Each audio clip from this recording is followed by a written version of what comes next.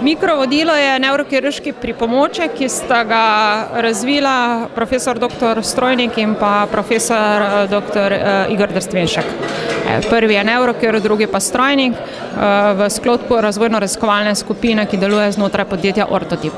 Nevrokirurški pripomoček je pripomoček, ki ga uporablja nevrokirurg v fazi iskanja točke v možganih, v primeru Parkinsonove bolezni, ko išče mesto v možganih, ki je prizadeto. S pomočjo elektrod, ki potiska z mikrovodilom v možgane, išče to točko.